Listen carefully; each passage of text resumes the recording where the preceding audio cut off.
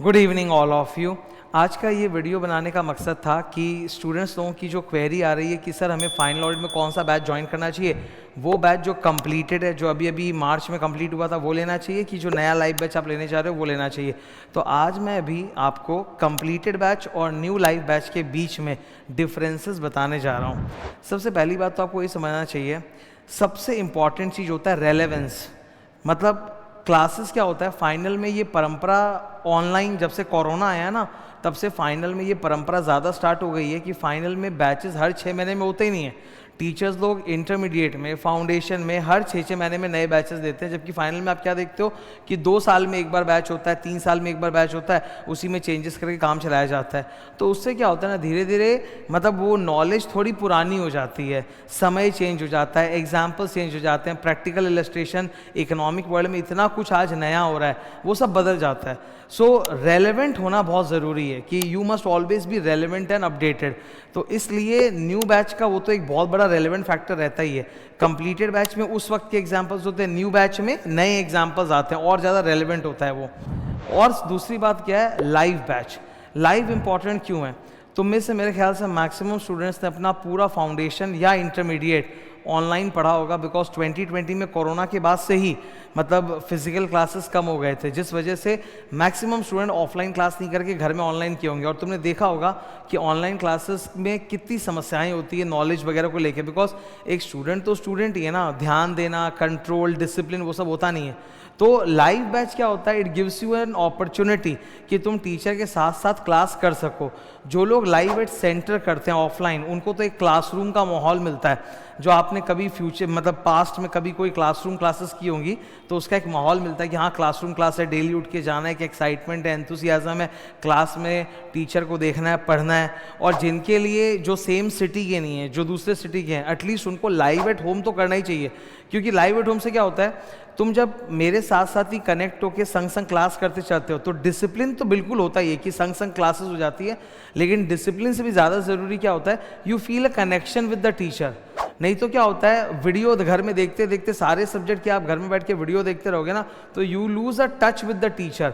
और टीचर के साथ टच में रहने से क्या होता है ना, वो एक एंथुसियाज्म बना रहता है सब्जेक्ट के प्रति, पढ़ाई में एक मोटिवेशन मिलता है। हम लोग हमेशा नहीं तो अपने आप को लॉस्ट फील करते हैं कि भाई यार कोई क्लासरूम नहीं, कोई दोस्त नहीं, मैं घर में अकेले पढ़ रहा हूँ, है ना। तो लाइव क्लासेस का अपना एक मतलब इंपॉर्टेंस तो है ही।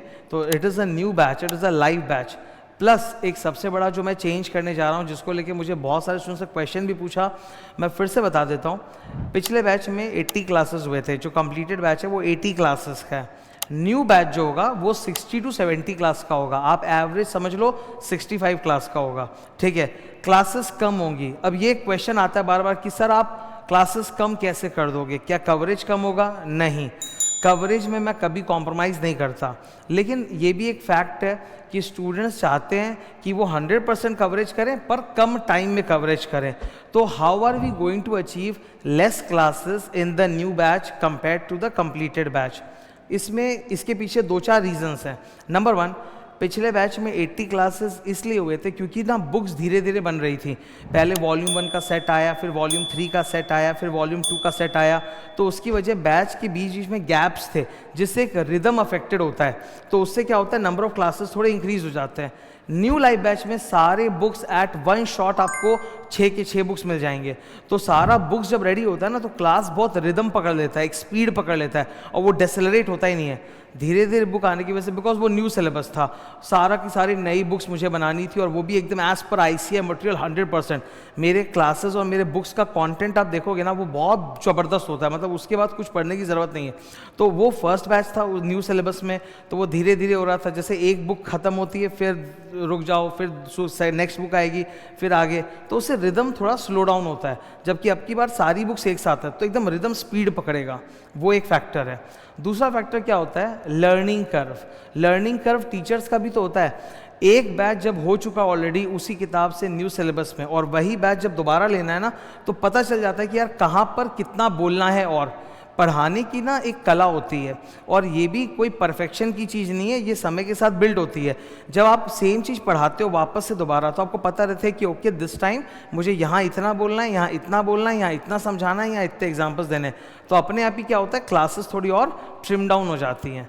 तो इन वजहों से क्या होता है, क्लासेस थोड़ी सी कम हो जाएंगी। From 80 it will come down to 65। अब कई स्टूडेंट्स ये रिक्वेस्ट कर रहे हैं कि सर कोई फास्ट ट्रैक बैच लेके आ जाओ। देखो मैं पहले से आपको बता रहा हूँ, फास्ट ट्रैक बैच में क्या होता है, कंटेंट काटना पड़ता है। फास्ट ट्रैक बैच में कितना ही कोई टीचर बोल ले कि उन्होंने 100% कवरेज किया, पर वो संभव नहीं है, क्योंकि अगर फास्ट ट्रैक में 100% कवरेज किया तो फिर रेगुलर में आपने एक्स्ट्रा टाइम पास क्यों किया, सिंपल सी बात है। तो मैं चाहता हूँ कि एक ऐसा कोर्स बने जिसमें दोनों के फीचर्स हों, 100% कवरेज भी हो और क्लासेस भी एकदम मतलब कम हो। तो वो उस लिहाज से ये नया बैच मैं डिज़ाइन करूंगा। It will be a regular come fast track batch, जो अराउंड आप समझ लो 65 क्लासेस के अंदर ही कंप्लीट हो जाएगा, full 100% coverage with each and every topic. So ये है the difference between the completed batch and the new live batch.